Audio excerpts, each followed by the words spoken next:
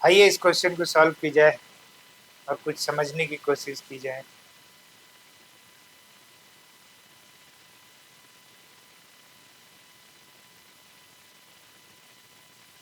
B1 B2 is equal to 2C1 plus C2, ये condition दी हुई है। Then at least one of the equations, there are two equations, one is this, one is this.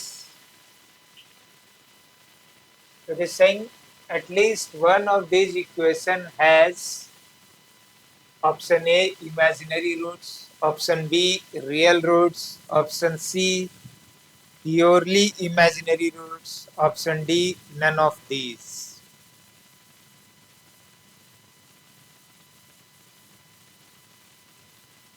ये दो equation दी हुई है ना। Equations को पहले हम लोग यहाँ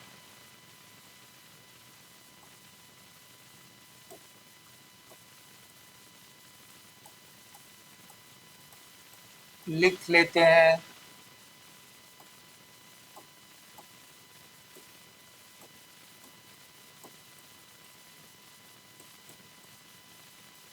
ये पहला इक्वेशन दिया हुआ है, ये दूसरा इक्वेशन दिया हुआ है। अब बात की जा रही है रूट्स के बारे में। तो रूट्स को डिटरमिन करने वाला क्या होता है? डिस्क्रिमिनेंट होता है। तो हम दोनों का डिस्क्रिमिनेंट लिख लेते हैं पहले। नंबर 1 का डिस्क्रिमिनेंट D1 अगर है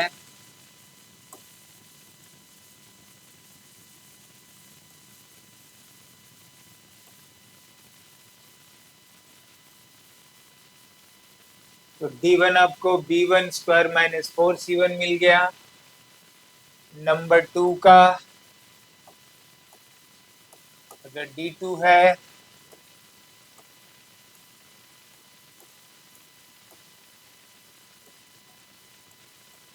B2 नाम दे दे डिस्क्रिमिनेंट का, तो B2 स्क्वायर माइनस 4C2 आ गया।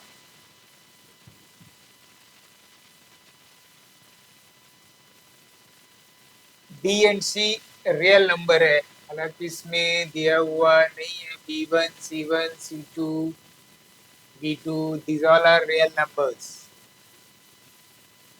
चलिए देना चाहिए था क्वेश्चन में, but it is not there.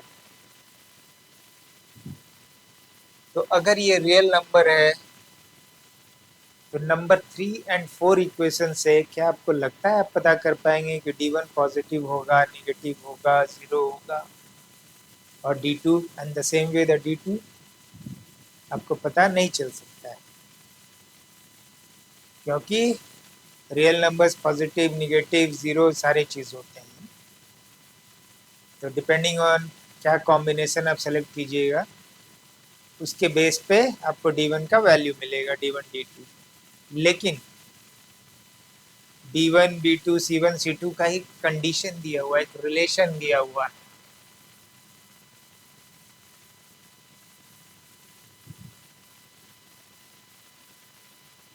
कि वो इसको फॉलो कर रहा है। रियल नंबर्स तो है, but B1 into P2 is equal to 2C1 plus C2 आ रहा है।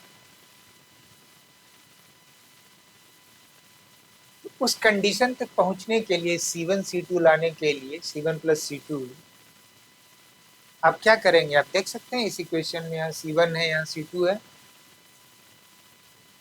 तो अगर मैं इन दोनों को सम कर दूंगा तो कुछ मुझे C1 प्लस C2 के फॉर्म का मिलेगा, राइट? तो आइए सम कर देते हैं।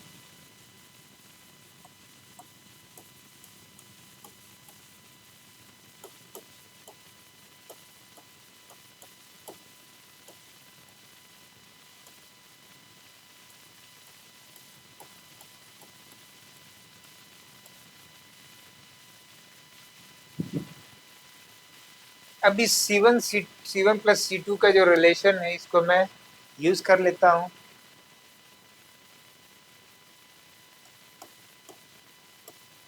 तो C1 प्लस C2 के जगह हम लोग क्या लिख सकते हैं? B1 B2 बाई 2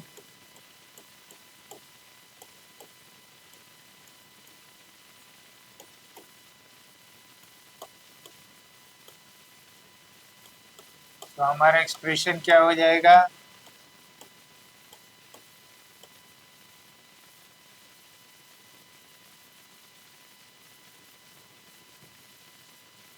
तो क्या मैं इसे लिख दूं?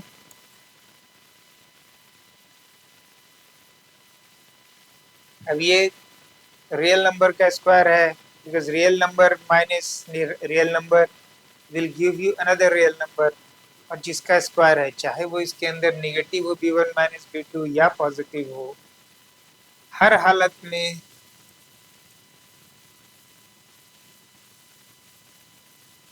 ये ग्रेटर देन और इक्वल टू जीरो मिल सकता है। जीरो कब मिलेगा? जब b1 is equal to b2 हो जाएगा।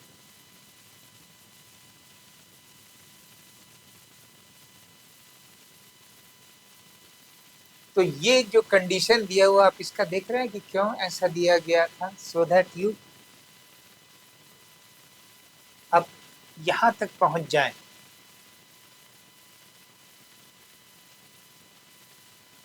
बट ये राइट हैंड साइड क्या है?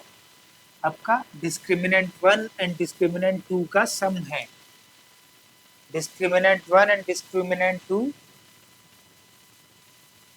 रियल नंबर्स हैं, करेक्ट?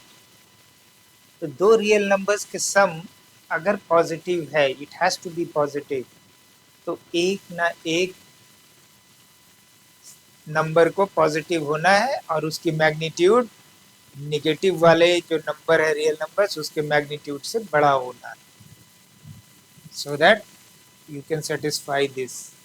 तो इसका मतलब है D1 या D2 में से कोई एक, at least one has to be positive. तो इससे आप कंक्लूड कर रहे हैं, आपसे कंक्लूड किया आपने यहां से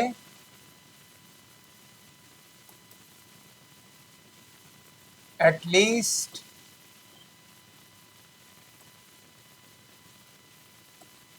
वन ऑफ D1 और D2 should be positive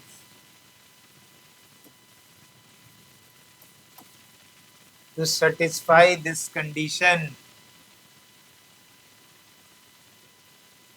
तो दोनों में से अगर कोई एक पॉजिटिव है, क्वाड्रेटिक इक्वेशन का डिस्क्रिमिनेंट जब पॉजिटिव होता है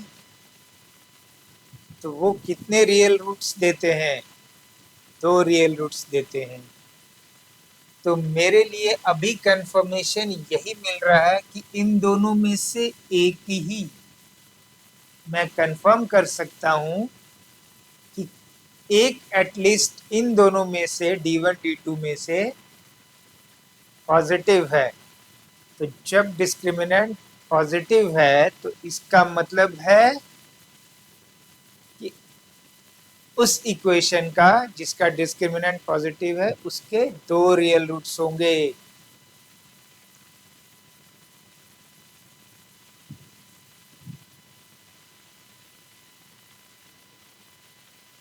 So can we say that it has the one, क्या बोल रहा है, जीरो हैज रियल रूट्स?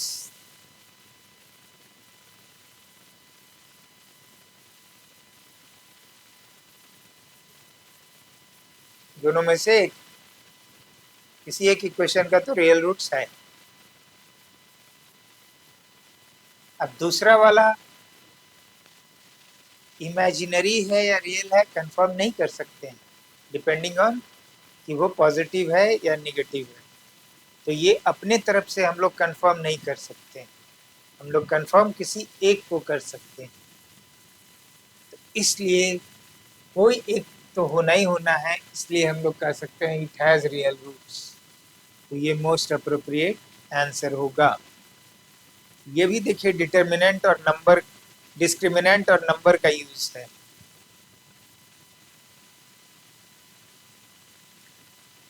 इस टाइप के क्वेश्चंस को कैसे बनाया जाता होगा? ये कंडीशन कहाँ से लाया गया होगा? अगर आप सोचिए कि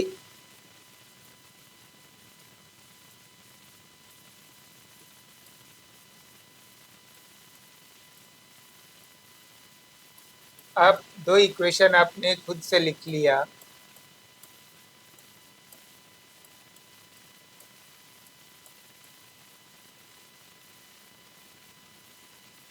और दोनों का आपने डिस्क्रिमिनेंट लिख लिया।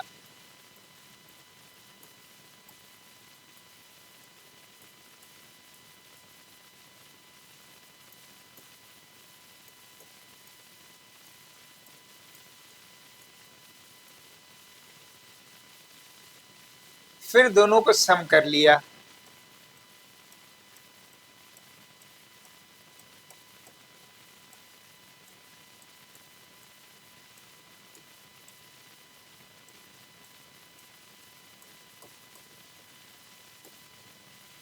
अब यहाँ पे आके आप इस पे नजर डालेंगे कि मैं इसको किसी वे में C1 C2 को इस वे में सेलेक्ट कर लें कि ये greater than and equal to 0 आ जाए।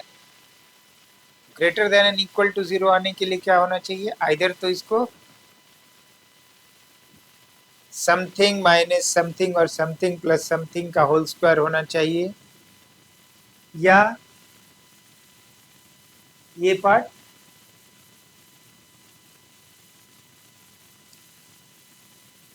जीरो हो जाना चाहिए, तब भी आपको पॉजिटिव हो जाएगा, क्योंकि B1 रियल नंबर है उसका स्क्वायर है और B2 रियल नंबर है उसका स्क्वायर है, तो दोनों का सम कीजिएगा तो पॉजिटिव हो जाएगा, राइट। तो कोई जरूरी नहीं है कि C2 into C1 plus C2 को मैं B1 B2 ही रख दूं। मैं यहां से एक क्वेश्चन ऐसा बना दूं जिसमें बोलूं कि C1 is equal to minus C2।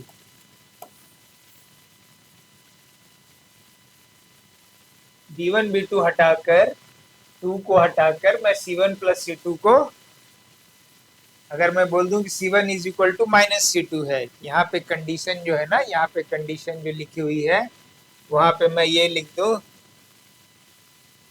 कि C1 is equal to minus C2 है, तो C1 प्लस C2 क्या हो जाएगा, आपको जीरो आ गया। जीरो आ गया तो ये खत्म हो गया, ये पार्ट आपका खत्म हो गया, ये पार्ट। अब आपको क्या मिल रहा है, B1 square plus B2 square मिल रहा है, जो हर हालत में पॉजिटिव होना चाहिए या जीरो के इक्वल हो सकता है जब B1 और B2 दोनों जीरो हो, है ना। तो आपको एक नया क्वेश्चन बन गया। अब देख लीजिए, ये एक नया क्वेश्चन बन गया, कंडीशन चेंज करके।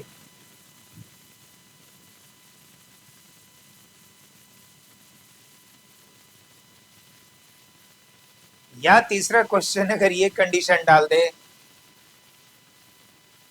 कि C1 plus C2 is negative, ये कंडीशन डाल दे, तो C1 प्लस C2 अगर निगेटिव हो जाएगा तो ये वाला टर्म जो आपका है, ये term 4 into C1 plus C2 will be negative, and negative negative positive हो जाएगा, तो ये तो पॉजिटिव है, ये पॉजिटिव है, ये भी पॉजिटिव है।